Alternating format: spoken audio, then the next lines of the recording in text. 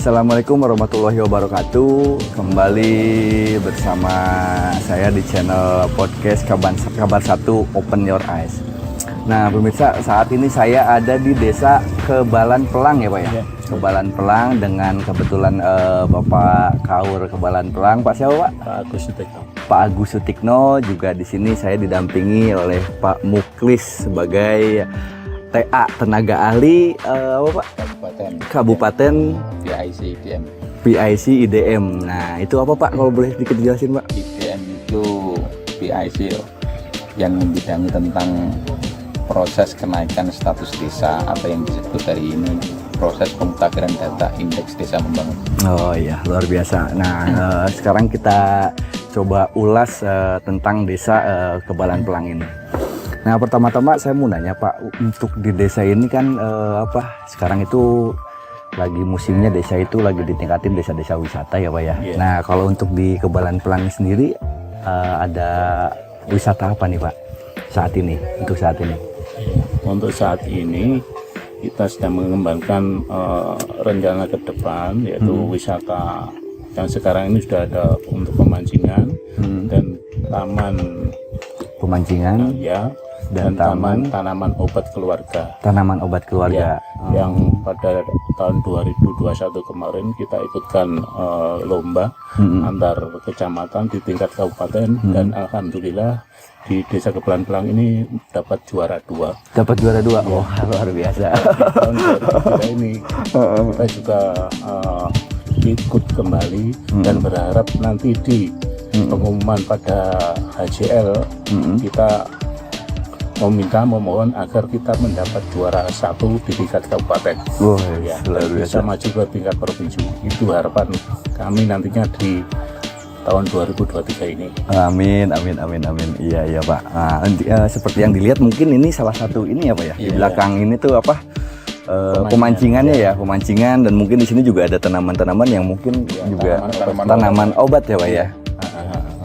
Luar biasa. Nah selain wisata itu sendiri, kalau di Kebalan Pelang ini tuh ada apa lagi ya Pak, maksudnya yang kira-kira jadi ikon lah misalkan gitu.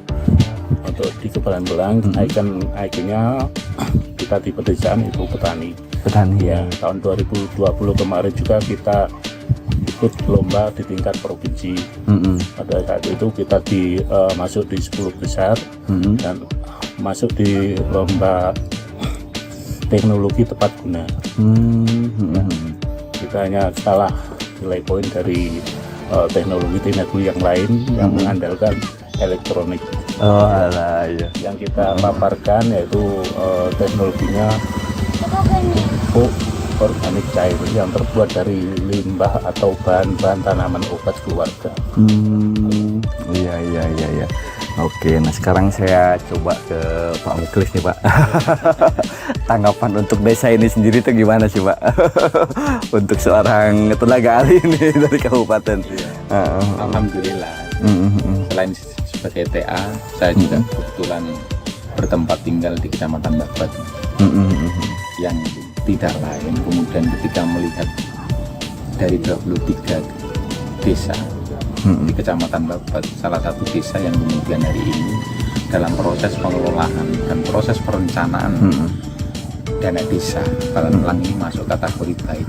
Masuk kategori baik. Kategori tidak baik. Artinya apa? Karena proses perencanaan ini dalam visi output menghasilkan nilai-nilai yang kemudian bisa diaktualisasikan lewat kegiatan yang bisa berdampak bagi masyarakat.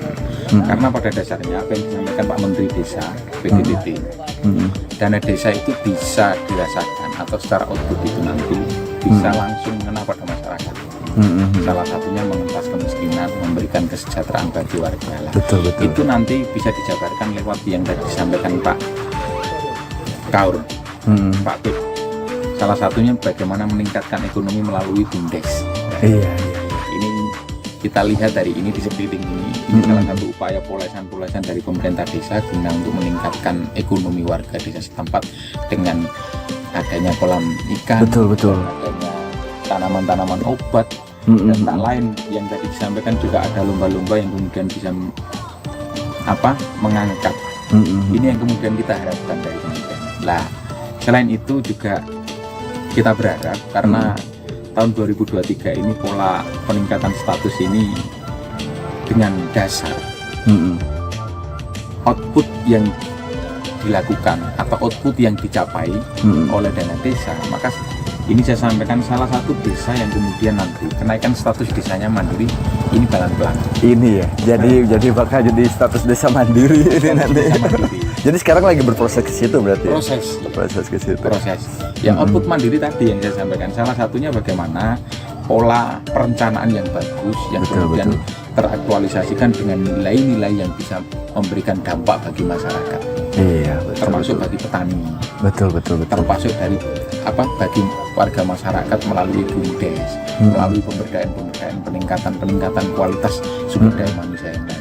Ini yang kemudian menjadi ciri khas dana desa. Iya. Maka di anggaran APBD itu kadang-kadang kita melihat desa itu hari ini kan notabene keberadaan dana desa itu sudah mulai tahun 2015.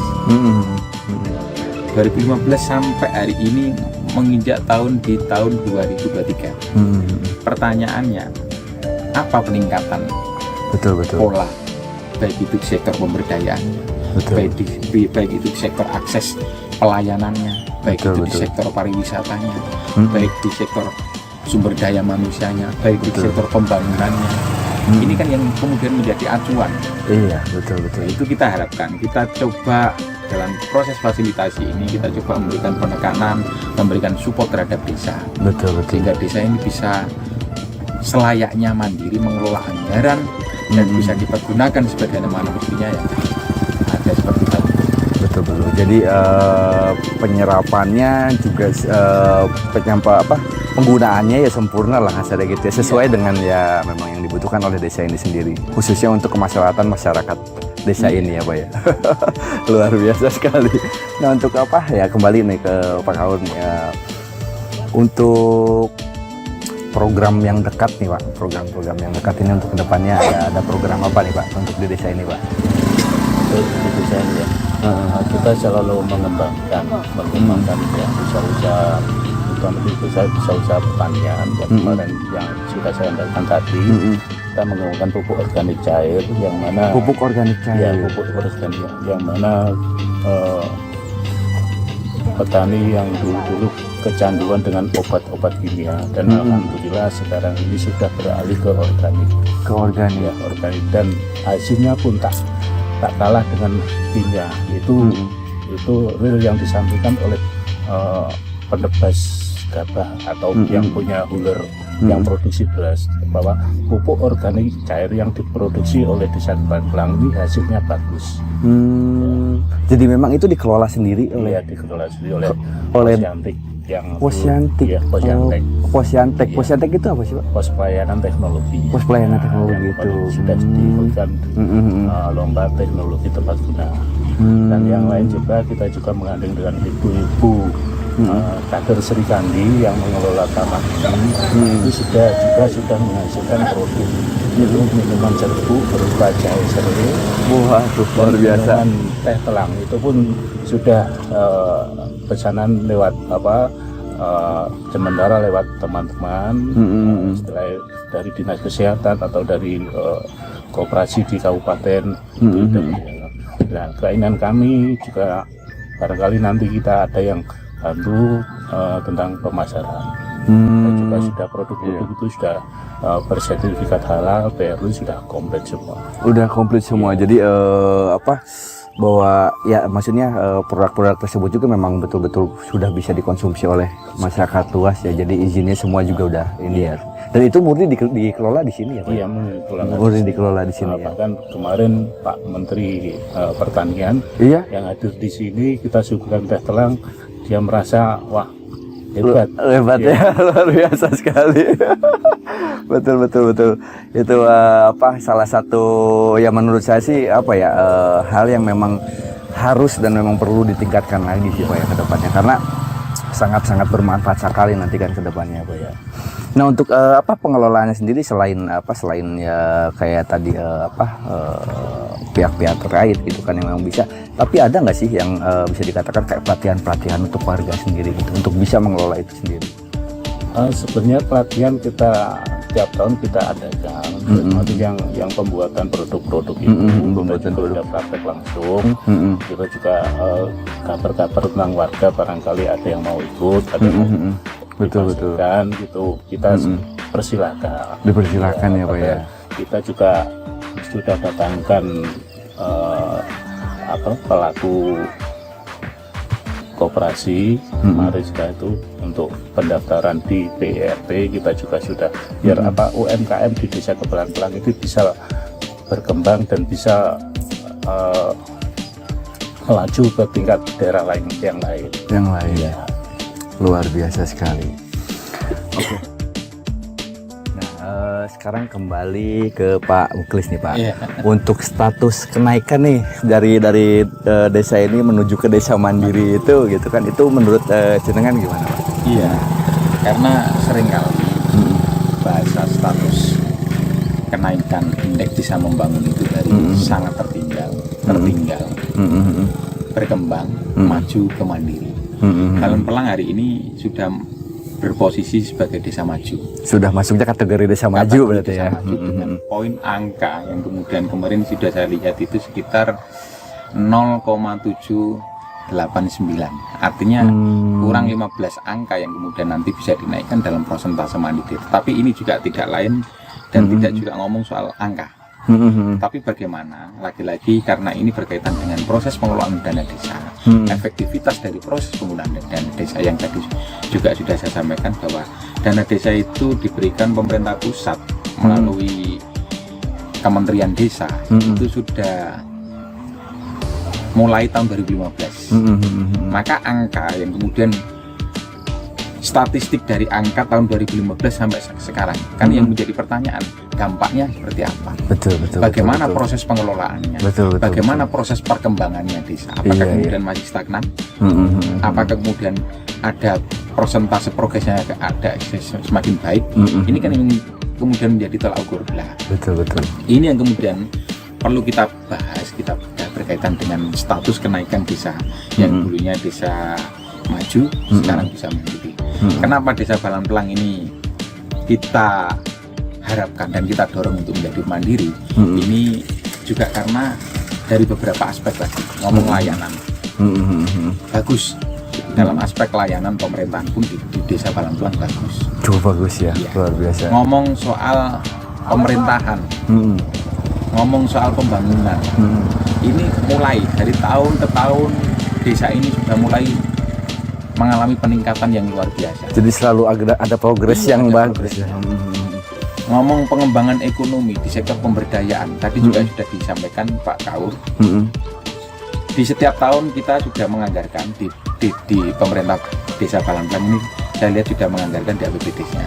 Itu setiap tahun rata-rata menganggarkan untuk pelatihan peningkatan kapasitas.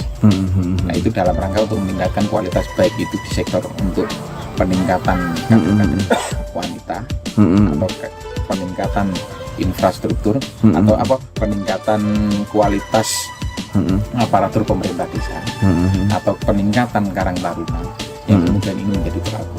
Yang kedua, yang disebut mandiri adalah kemudian desa yang kira-kira punya ciri khas atau dalam bahasa saya sampaikan adalah punya output atau icon yang jelas. Betul. Apa mandiri itu yang disebut mandiri apa? Karena mandiri itu logika sederhananya. Kalau kemudian kita melihat mandiri itu pasti desa itu kalau ngomong ekonomi sudah baik. Iya.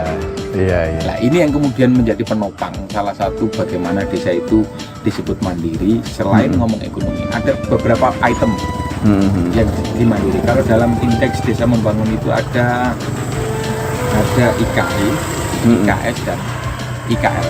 Apa itu Pak?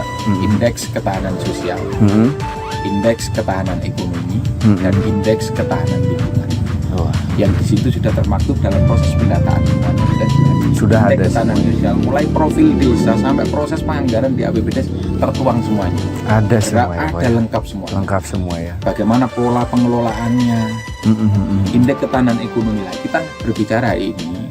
Kita lihat di desa Balan Pelang ini ada Prudes dan Prukades yang tahun 2020 sudah disarankan dan diaplikasikan di beberapa desa perintahnya Gus Menteri. Promdes itu adalah produk unggulan desa. Produk unggulan desa. Produk unggulan desa. Dan pelan-pelan seringkali melakukan pameran UMKM itu dengan produk-produk unggulan desa. Lagi ini kita harapkan nanti produk-produk unggulan desa ini nanti akan menjadi sarana yang kemudian masuk pada dataran badan usaha milik desa. Betul. Ada surga desa. Betul. Nah, surga desanya apa? Sarana olahraga desa. Yang hari ini kita bisa lihat di sana ada sarana olahraga. Dan itu tidak betul.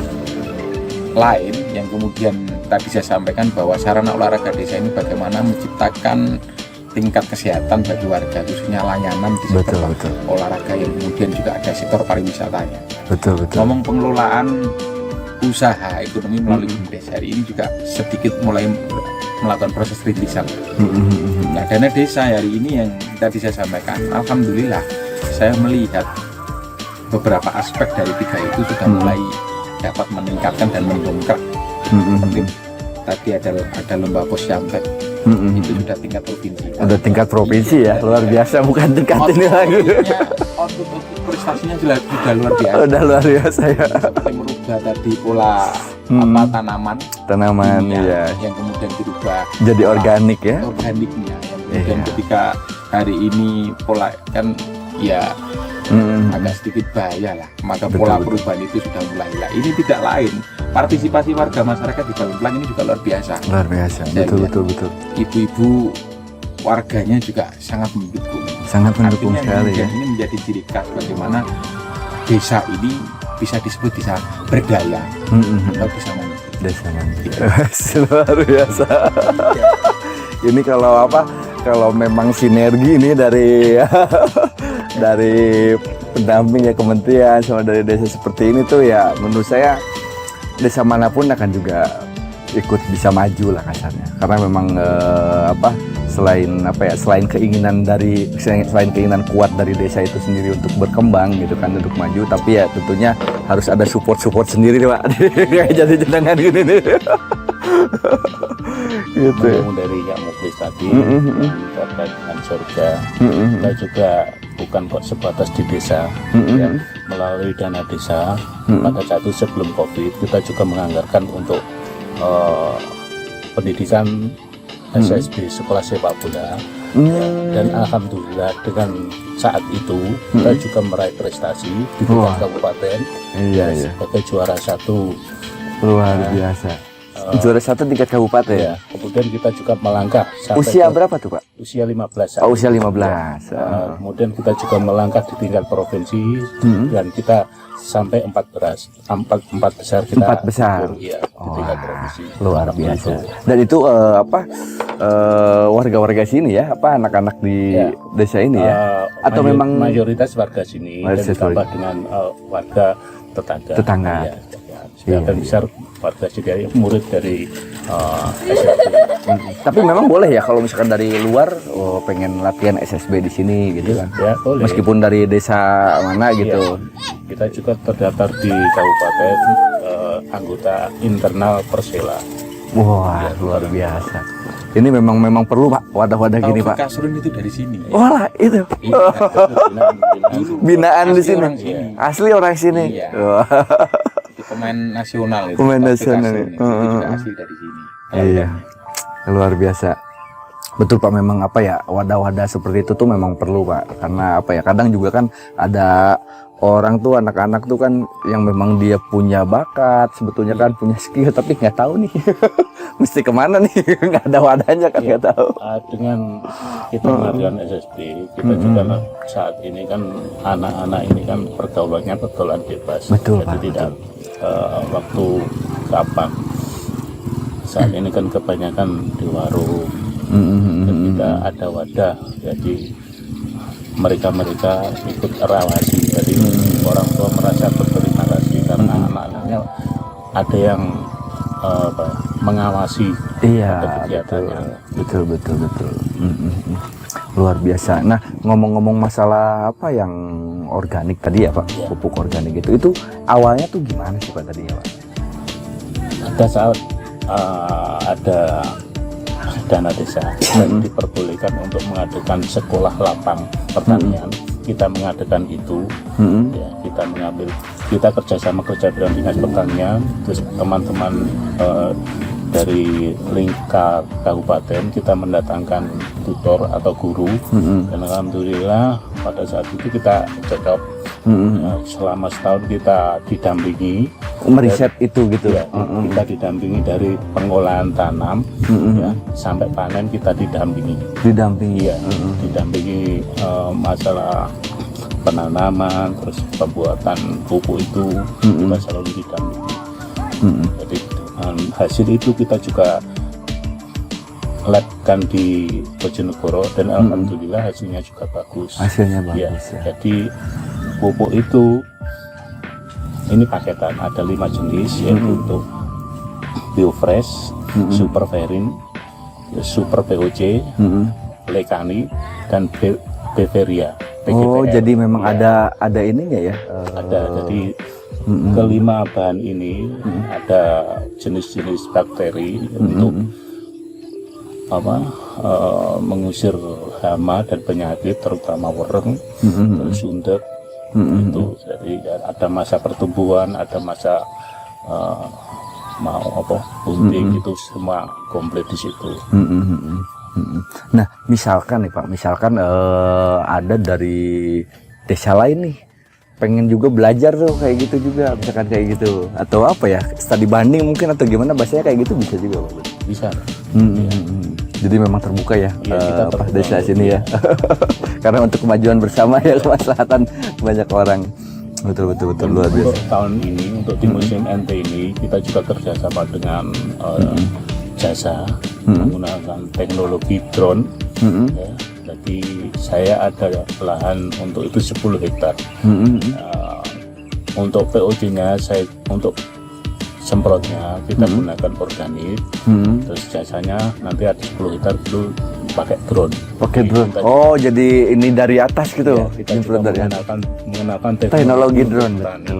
Betul. Dan saat ini kan betul luar biasa. tenaga kerja kan sudah mulai berkurang. Jadi kita juga pengennya semprotan itu bersamaan. Jadi kalau semprotan bersamaan itu akhirnya kan untuk hama dan penyakit kan tidak. Iya. Yang biasanya kan satu disemprot, satu tidak, akhirnya kan